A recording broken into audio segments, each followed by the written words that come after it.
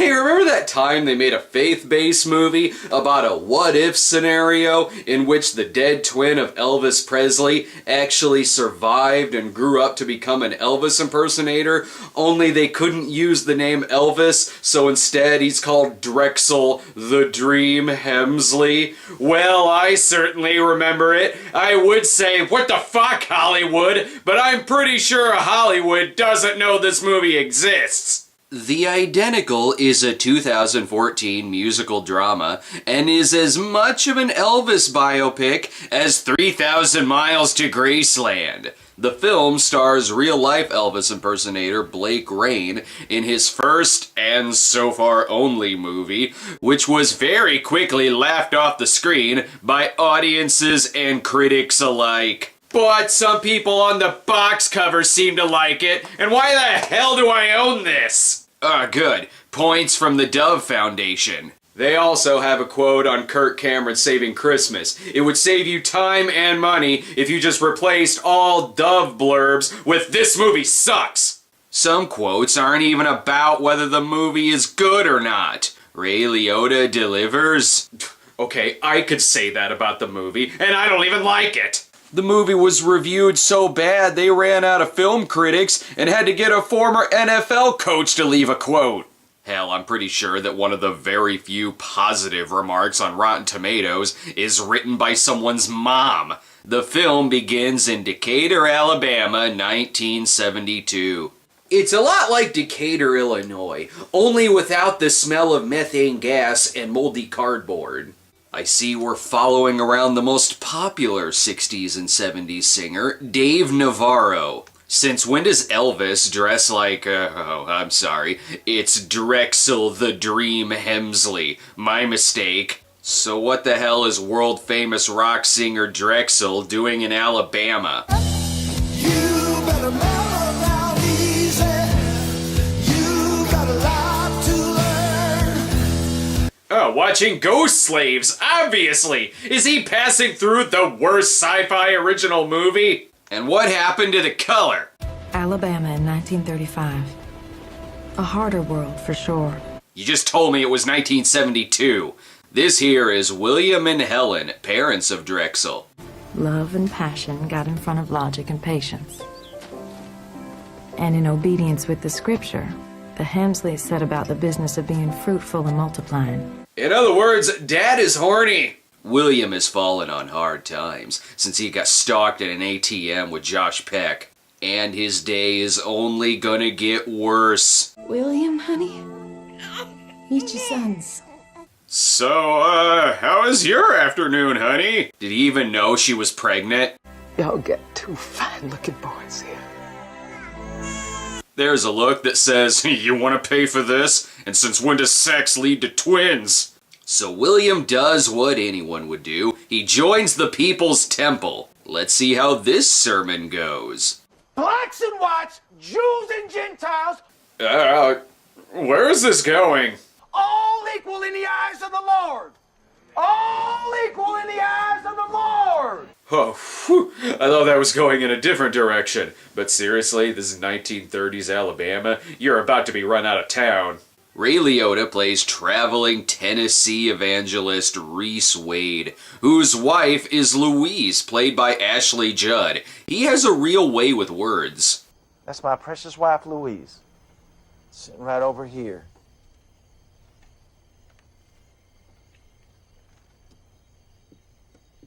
We miscarried again.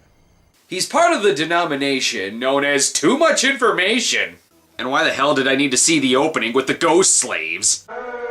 And it is here that our story truly begins. And who is narrating this? Here William gets the bright idea that if he gives them one of their babies, he'll only have to spend half as much at the water park. Let's see how his wife takes it. What?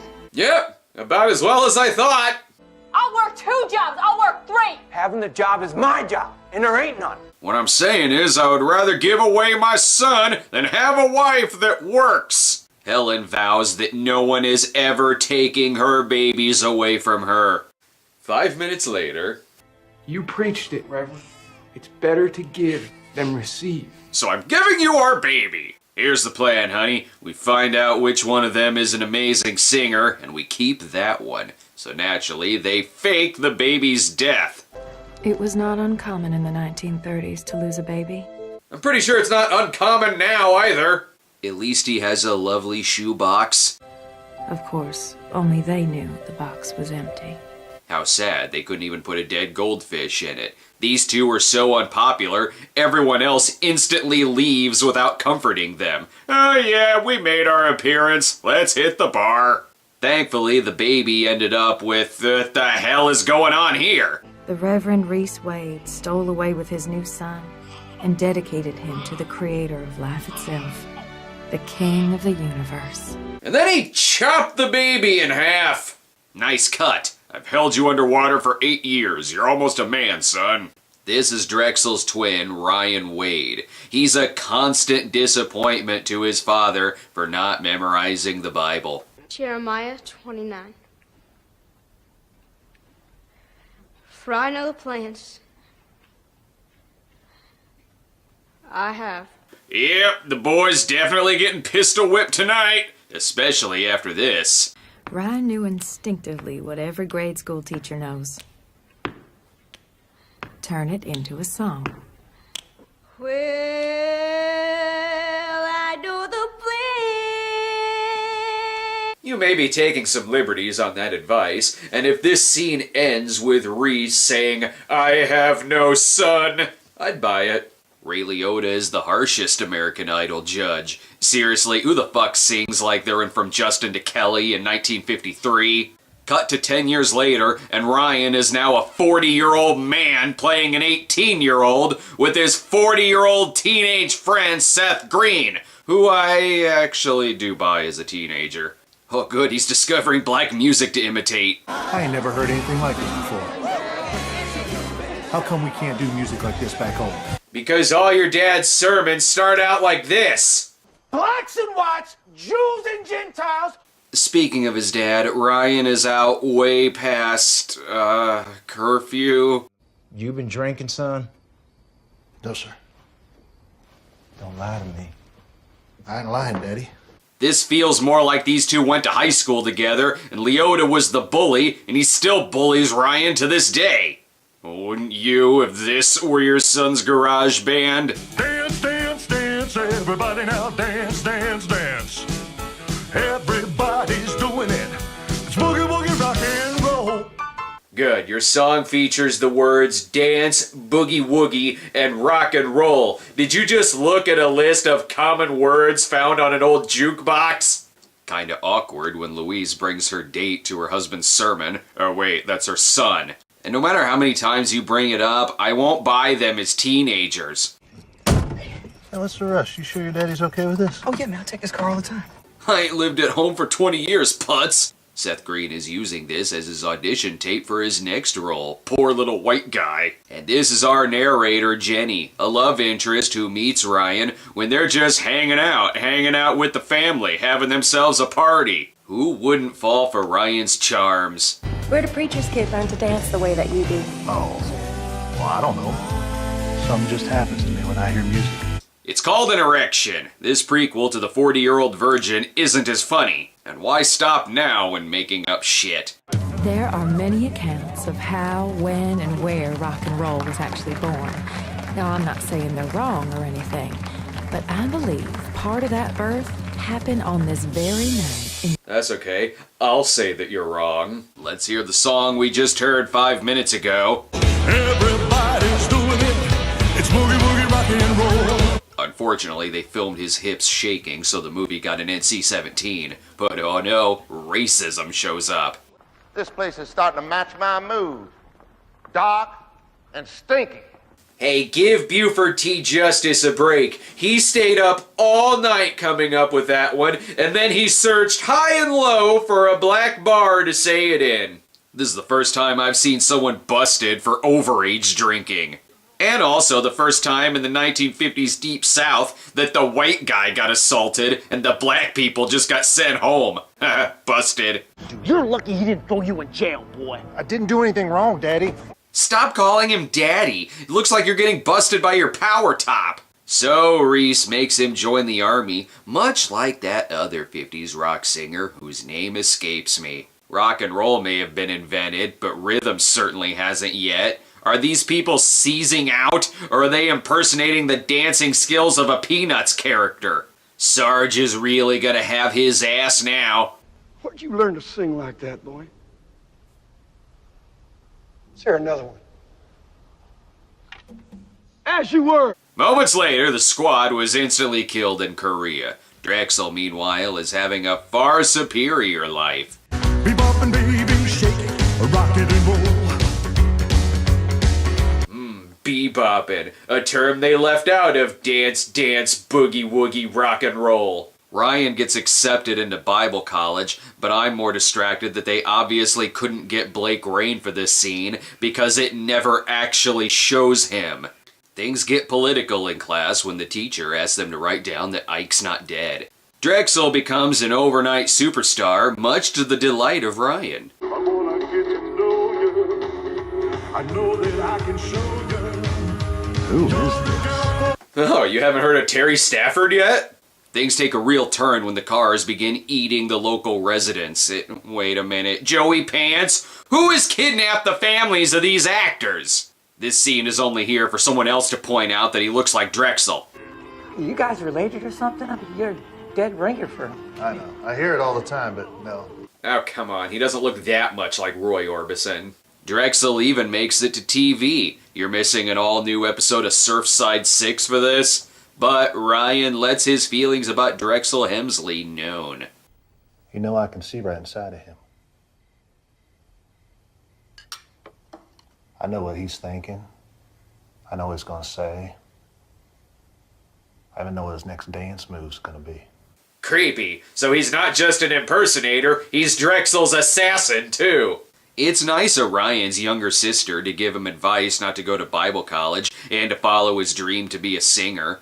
Ryan has spent 20 years of his adult life in college. What a waste. But in his defense, the script to Clam Bake was too good to pass up. Ryan, I don't know what to say. I know what to say. You're too good for this movie, Ray Liotta. Why are you turning in such a good performance? Go back to more dignified roles, like when you raped people with a garden hose. Ryan runs into Jenny, who turns him down for a date, so Ryan does what anyone would do next. He finds out Drexel's mother is a patient in the hospital, so he sneaks into her room and watches her slowly turn into a zombie. Your son,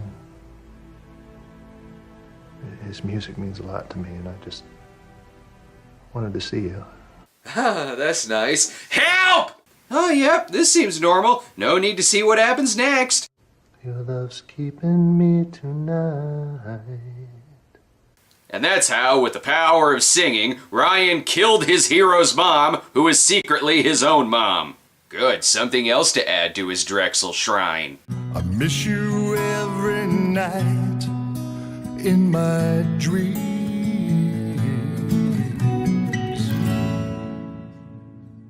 Just go ahead and fade out, even though this movie has no commercial breaks. We've already heard this song like 8 times already. Ryan takes a job with Joey Pants, but unfortunately Jenny will still not go out with him. How are you gonna get to know him again if you don't go out on a date? Well, who says I want to get to know him again? Your eyes, girl, that's who. Luckily for Ryan, he has her sassy black friend on his side.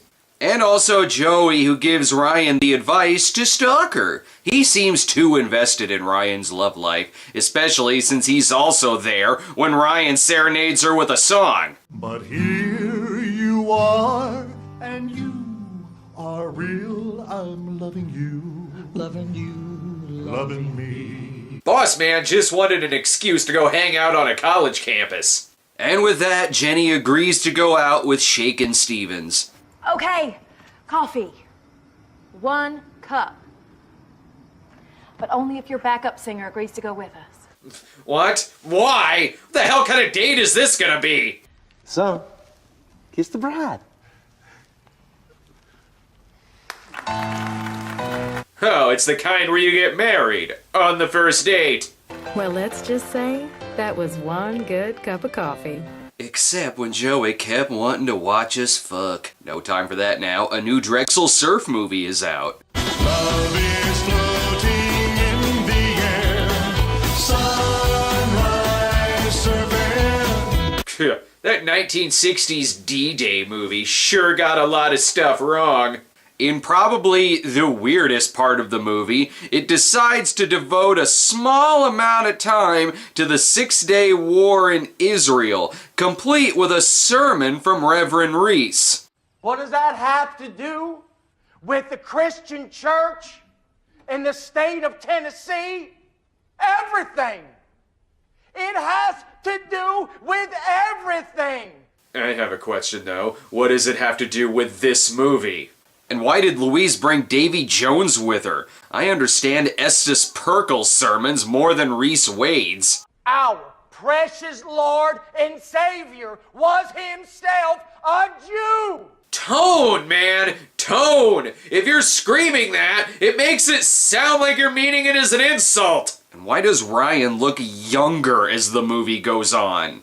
Speaking of aging, how come Ray Liotta is aging like Orville Redenbacher, but Ashley Judd appears to have found the fountain of youth through her son's music?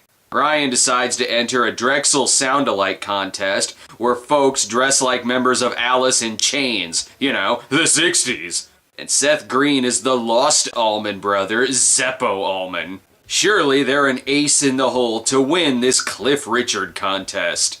All while Jenny goes on a date with Demetri Martin for some reason. And can we stop with the reminders that these actors are age inappropriate? Can I get a bourbon?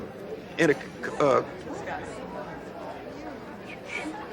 you know what, why don't you throw me down a Shirley Temple instead? Seth Green has been old enough to drink since the mid-90s, and regardless, at this point in the story, his character is old enough to drink anyway. The contest is being guest judged by Drexel himself, fresh off of his tour with that other 60s power group, the Counting Crows. Slap the dog and spit in the fire. That boy looks like our child. Because he's your son's twin, you were there right after they were born. And is Ray gonna be a skeleton by the time this movie is over with? Well, it's about that time. Time for the creepy music. Who are you? And it's time for the movie to get a touch homoerotic. Your love's keeping me tonight.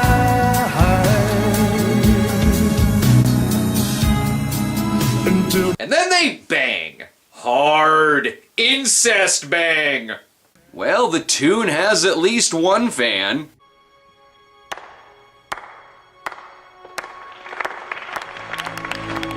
To be fair, he is loaded on prescription painkillers right now.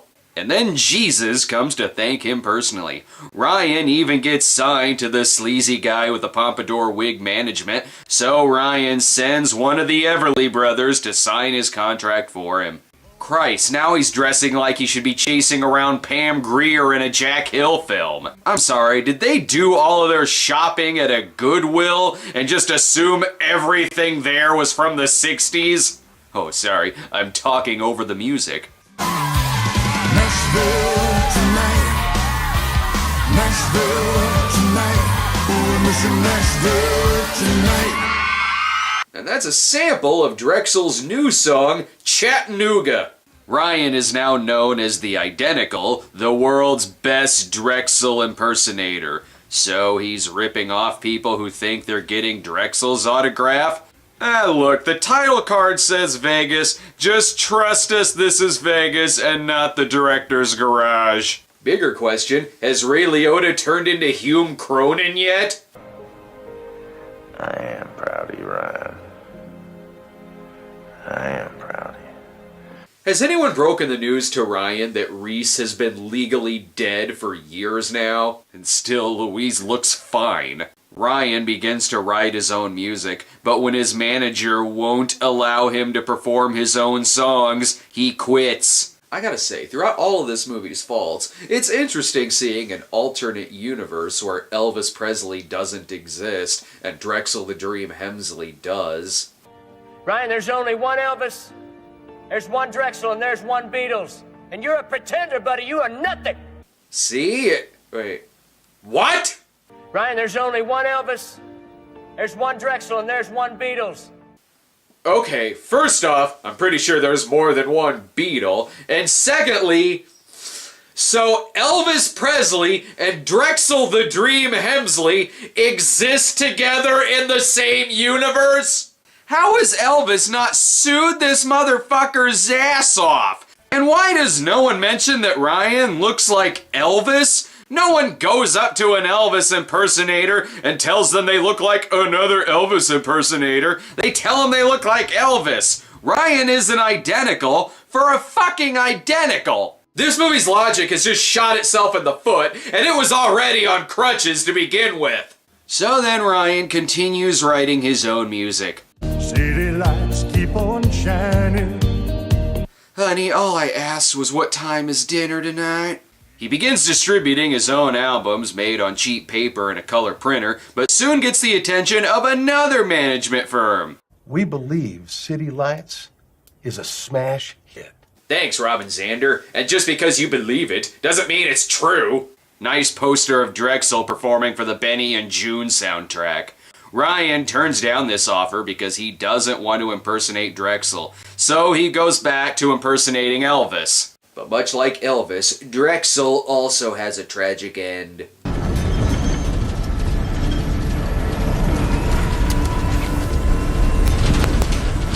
He crashes into his toilet and dies of a heart attack. Just kidding. Check out this edit.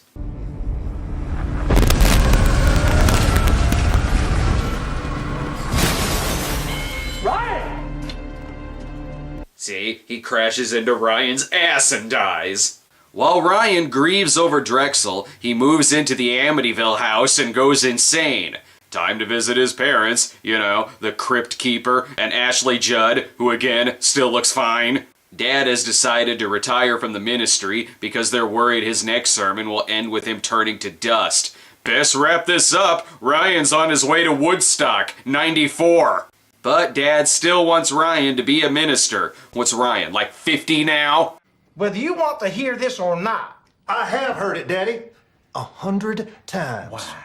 Okay, when he talks through that wig and fake beard, I'm not thinking of Elvis Presley. I'm thinking of Trey Parker as Alfred Packer. Unfortunately, Daddy gets stricken with a disease called disappointing son.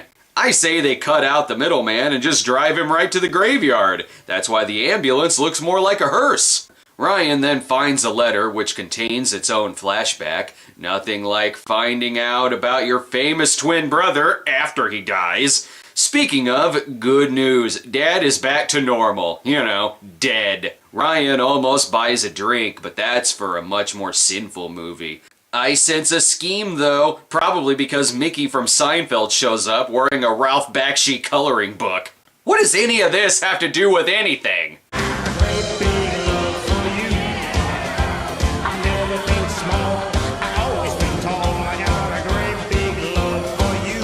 The birth of the band Lil Drexel. It's important that this scene is here. It paves the way for Ryan to shave off his fake beard, and he's trying out his new rocket skates powered by cotton. He goes to the birthplace of both Drexel and Lincoln. His birth dad even shows up, and just in case you didn't know this is where his parents lived, it shows his parents living there again. And if that doesn't work, the narration comes back in. William Hemsley's health deteriorated after Helen died. Now, with the passing of Drexel, he was a frail and broken man well beyond his years. How does she know this? I love how, according to the grave, the twin only lived for a day, which means in 24 hours, his mom gave birth, and his dad talked her into giving up one of the kids to a traveling preacher. Silver-tongued devil! With William now being blind, Ryan is there to comfort him and tells him that he's his long-lost son. It's me, Daddy. Dexter. Ryan. Hemsley. my son. Dude, you're blind. That could be Ricky Nelson's twin brother for all you know. And with that, Ryan returns home. You came into my life when I was alone. And this is how he talks her into a divorce. Nice to see these two rekindle, even though they never fought once in this entire film. Uh-oh, Dad's trying to fill the wiper fluid with scripture again. So the movie ends pretty much where it began. And you are more than I ever dared pray for. With Leota giving a performance that's too good for this movie. And Ryan continues being the identical. City lights keep on shining. I see you smiling eyes of blue. It was nice of Steven Seagal to loan him one of his jackets. Jesus Christ movie, pick a fucking decade! And then his child grows up to be an Eddie Cochran identical. And Ryan has a larger audience than this movie ever had. The end. The Identical is a bad film for all the reasons I just said. But while it may not be hateful, like God's Not Dead, the filmmakers certainly went in a Kirk Cameron Saving Christmas route when dealing with bad press. After the movie was a box office flop, finishing at number 12 on opening weekend and bringing in an overall $2.8 million against a $16 million budget, the film's Twitter page attempted a campaign for the film's followers to upvote the movie on IMDb and the audience score on Rotten Tomatoes. They even posted the movie's first 15 minutes on their website for free. That way, people would definitely know for sure that they didn't want to see it. And that campaign worked out well. And ironically, one of the movie's fans claimed, "I hate it when people rate a movie without actually watching it." Well, then you would hate the makers of this movie. Who would have thought that the writer of a movie called The Grace Card would give us a film so poorly received? But on the bright side, at least it's not a faith-based movie that tells women to hide in their closets and pray for their cheating husbands to get food poisoning, and it doesn't have a misogynist like Clay Walsh as its hero. Boy, the scale of these movies is really fucked up! To the plantation rock. What do the plantation rock?